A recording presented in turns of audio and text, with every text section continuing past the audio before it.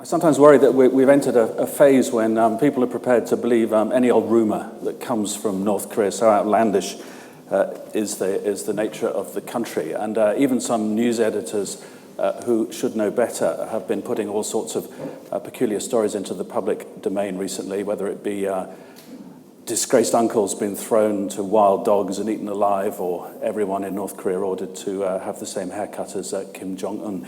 We're very fortunate here to have two serious analysts of the situation who are going to help us to distinguish the facts from the fiction. The two books actually really do complement each other in many ways, because I don't know how many of you read it, but John's book really takes you into the streets of Pyongyang. It's very much his eyewitness account, his personal encounters with North Koreans during the 2 years he was there. And Paul's book puts this into a much sort of broader, longer historical context with a particular emphasis on the economy, which of course is one of the major problems that the North Koreans are facing. The first thing I was going to address with both of them was the nature of the leadership, the nature of the personality cult. And from your experience, John, we hear a lot about it, we read a lot about it in the newspapers. Is it as all-pervasive, as outlandish as people would think? Well, yes, in public. I think it's North Koreans tend to live these schizoid lives where you have to keep a public persona going, where you show unconditional loyalty to the leadership. You may have quite different feelings about what goes on, which you will express only in close family circles or amongst intimate friends. The big problem that I encountered was the identification that most North Koreans feel between the leaders and their country. So you would ask a question like, do you think that Kim Jong-il, who was in power when I was there, that Kim Jong-il gets things right all the time? And the answer you would get back would be an answer to the question, I think that North Korea is right? I mean, the difference, to the Western mind, there's a very clear distinction between the person and the country. To North Koreans, the two merge. And Kim Jong-il is North Korea. So that, you had to work your way through that barrier first. I did have quite curious sessions with North Koreans where I was talking about Kim Jong-il's love life, which, as most of us know, is complex, or was complex, and in many aspects really rather sordid. And I realized after a while that North Koreans were deeply uncomfortable with this, not just because they were afraid of having forbidden knowledge, though that might be part of it, but because it forced them to think about the demigod as a fallible human being. And for a lot of them, this was a wrench. Would you say that it's unique, Paul, in your experience? You've lived in China, you've analysed other communist states in your book. Is there anything that approaches this level of totalitarian control? No, I mean, we've not seen this kind of communist monarchy that we're seeing here. What really interested me, though, was that a lot of the problems that beset North Korea, can be laid at the door of the leadership and the Kim clan, in a way that if we talk about China or somewhere else, we can always say, but that's what happens when you haven't got enough commodities, or that's what happens when you've got 1.4 billion people, or something like that. Here, that's not the case, for the one simple reason that every time there's been an attempt at reform, every policy that is thrown out there, whether it be to redevelop nuclear weapons or reform pricing in the economy, all comes from the leader. It comes from the great leader, the dear leader, or Kim Jong-un. And this means that this reverence means that they can never be challenged. Now, the Chinese very cleverly, and of course always with China pragmatically, got around that problem by saying, Mao, 70% good, 30% bad. So 70%, don't go too far in criticising him, right? The portrait stays up in Tiananmen and so on. But 30% bad, which means we've got some wiggle room to play around with the economy. And of course, that's what Deng Xiaoping did, and that's what the other leaders have done. Despite all of their gangs and groupings within that, they've been able to do that. In North Korea, you cannot do that. a reform process like the 2002 reform process fails completely, but it was Kim Jong-il's reform process. So what do? You just don't talk about it anymore, you know? And that means that you just can never get anywhere in that system. When Kim Ilsung died in 1994, there were a lot of people predicted that this was a one-man state, that it wasn't actually going to be able to survive the death of the founder. Kim Jong-il proved that wrong over the years, and he consolidated power. The transition to Kim Jong-il actually took place over at least 20 years. I mean, they had a long time to set him up, to build up his power bases. This time, it's been a rush job. Kim Jong-il died suddenly. He hadn't even decided which son it was going to until quite soon before. How are they managing to sell a third Kim to the public when it came as perhaps a bigger surprise to the North Korean public than even to us, that it was a Kim Jong-un? Well, with great difficulty, I think. Kim Il-sung was, in that classic post-war Asian sense, a national liberation leader. He was there, right? He was, in one way or another, to whatever extent or not, fighting Japanese colonialism and then, you know, fighting for a Marxist alternative and blah, blah, blah. You know, we saw this in Indonesia, we saw this in the jungles of Malaya, we saw it in various other places. He has that.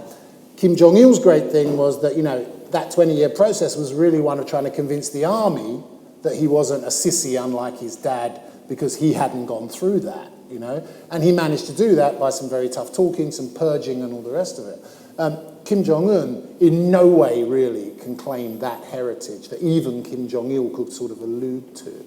And so the recent things that we saw with some purging and this nonsense about throwing his uncle to the wolves and all the rest of it, I think is really that attempt to create a hard man image that Kim Jong-il had to an extent for various reasons. Kim Il-sung definitely had, because he had been a national liberation leader, but much, much harder to impose it on Kim Jong-un and much harder to sell that to the public.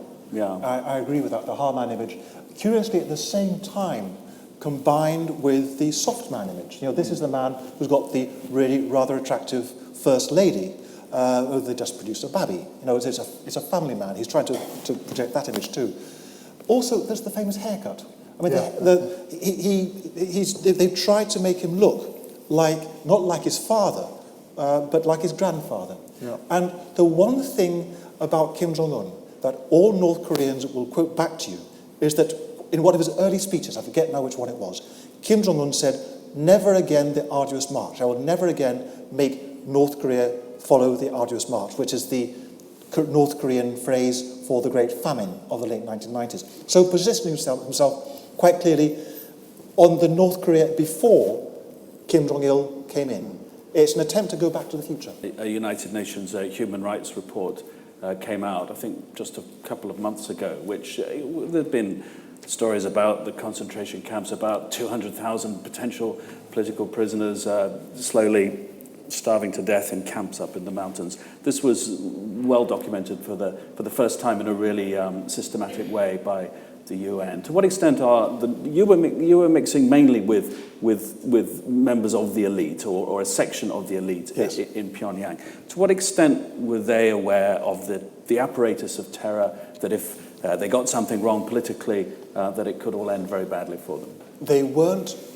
They didn't like to talk about the details. I asked some of them whether they'd ever seen an execution, and which are fairly common in North Korea, and none of them had. And I believe them. I mean, the protected outer elite of Pyongyang is shielded from the horrors of the regime. I don't think they actually knew about the camps as camps. They just knew that if you stepped out of line, horrible things would happen to you.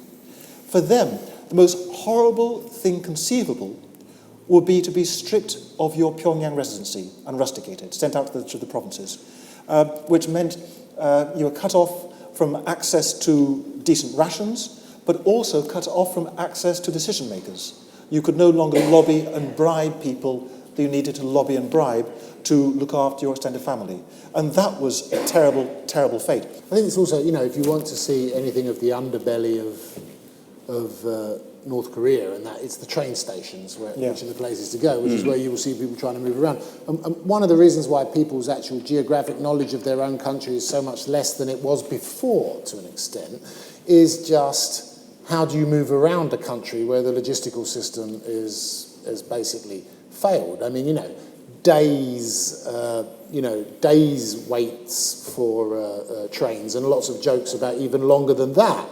Things that would shock even people who travel into London from southeast London, on Connex or whatever, would be shocked by some of these delays. So that's sort of amazing. I mean, literally to travel around the country is an extremely difficult thing to do, and this affects the economy, because if you think of things like port cities like Rajin and places like that should be booming, that should be shipping things in from China across to Japan and blah, blah, blah. They're simply not, because the onward travel from those places is so difficult. If the game of the regime is survival, and if you take this back from the early 90s, at a time when the Eastern Bloc was going down, and the nuclear card has been played since then, would you concede that they've played their card quite well in strategically, if their aim is not the prosperity of the country, but simply the survival of a beleaguered regime? They have played a very weak hand brilliantly. North Korean foreign policy is essentially a single-issue foreign policy, so that they can concentrate all their resources on it.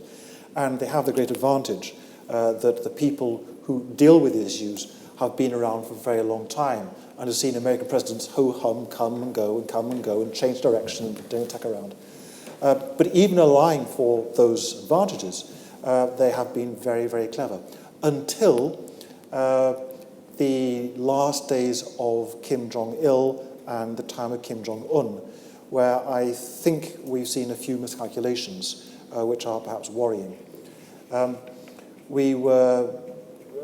I think if they do go ahead with a fourth nuclear test, and some of you may have heard that they've now put a tarpaulin over the entrance to their test site, which tends to be what you do about 24 hours before you pull the trigger. Maybe they'll do it, maybe they're just playing with it, we don't know. But if they do go ahead with this test, I think that would be a very significant miscalculation, and this might actually be the one that brings the roof down. Right.